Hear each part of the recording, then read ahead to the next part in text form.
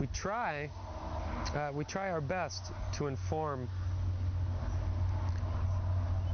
Our number one goal in the performance is to entertain, but the number two goal is to inform and to give information about deafness and hearing and how that deafness and hearing can work together, instead of kind of lecturing about that.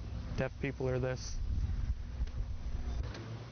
And now, Little Red Riding Hood. Act 1.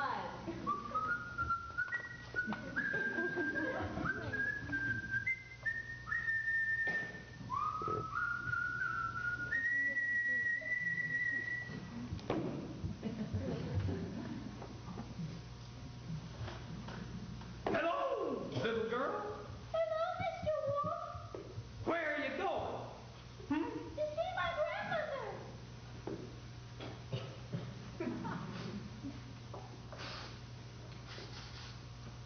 What's in the basket? Chicken soup for grandmother.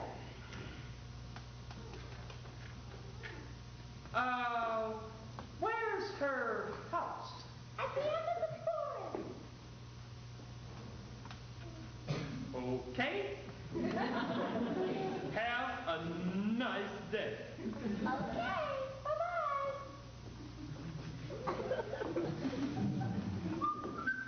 Act 2.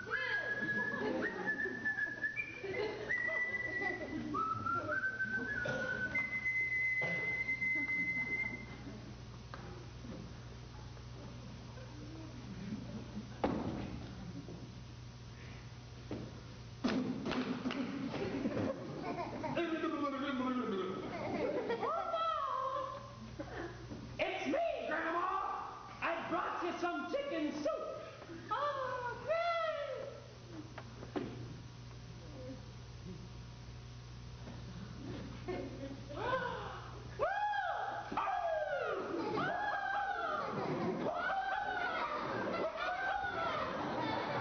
Do you think there's any different way that a hearing kid would react differently than a deaf child would?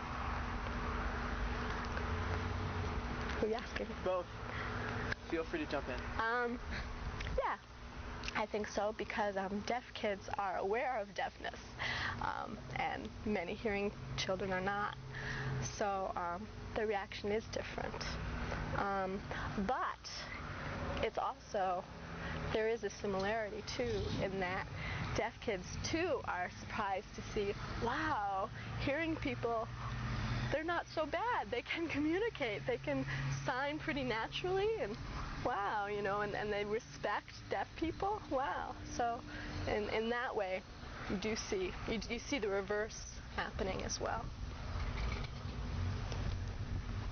Yeah, my answer would be almost the same as Judy's. Same as hers, really. Wimp. Don't say that on TV. Don't say that on TV. He's going to edit. I hope so.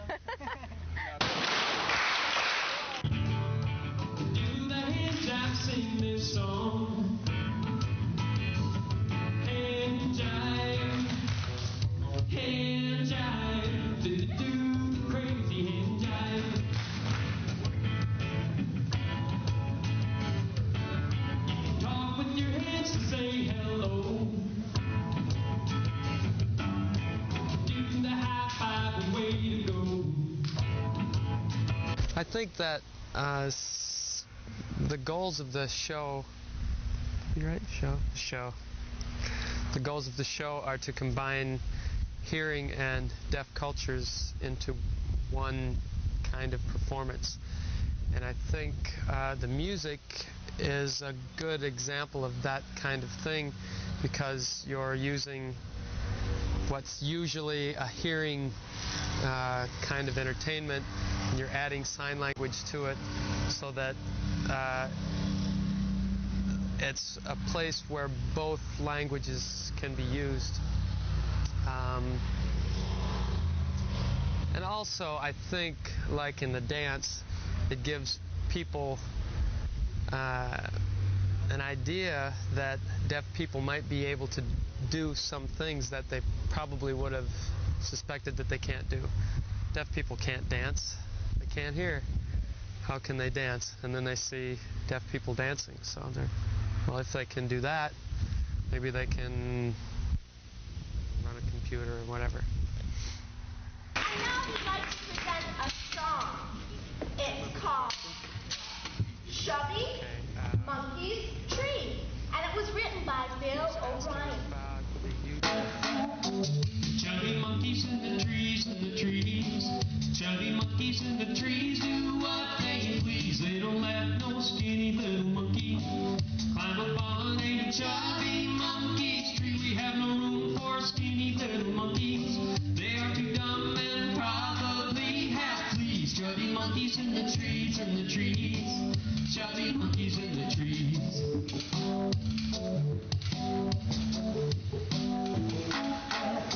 One day a storm came blowing around.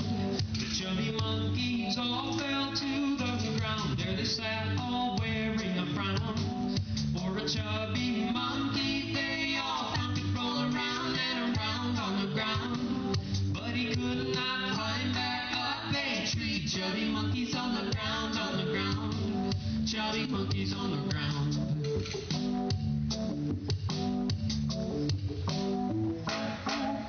Skinny monkey climbed the tree, climbed the tree. She climbed the tree and she said, hey, look at me. You can climb too, it's easy, you see. Just take my hand, come up and sit with me.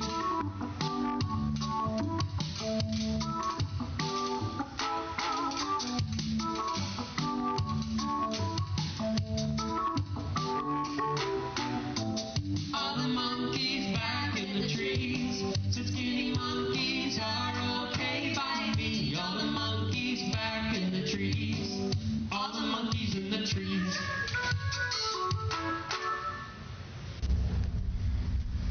Well, I feel that if the hearing audiences leave with more of an awareness of deafness and more of an acceptance that deaf people are people too, then I think that we did okay. And when deaf audiences leave, I hope that they feel proud to be deaf and that they feel that we are the same, and that also that they feel that deaf and hearing people can work together. Yeah, me too, I agree. That I want hearing audiences to understand deafness and to realize that the communication is the same, that sign language is in itself a language and valid communication, and that's why we use both on the stage equally and simultaneously. And same thing, I want deaf and hearing audiences both to realize that hearing and deaf people can work together and are equal. A lot of deaf kids think that when they grow up, they don't know what they're going to do. But we can show them that you can do what you want to do.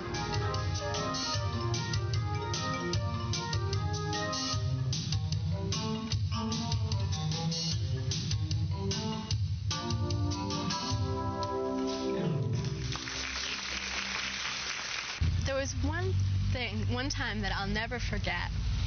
I was getting ready to go to school or something, and as I was walking towards my car in the parking lot, I noticed that there was a car pulling up, and they waved me over. So I went over to see what they wanted, and they said, do you know where such and such a street is?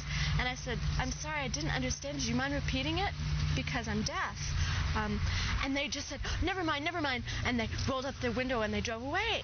And I was really hurt by that, because I felt like I can help them with their situation. I could tell them where.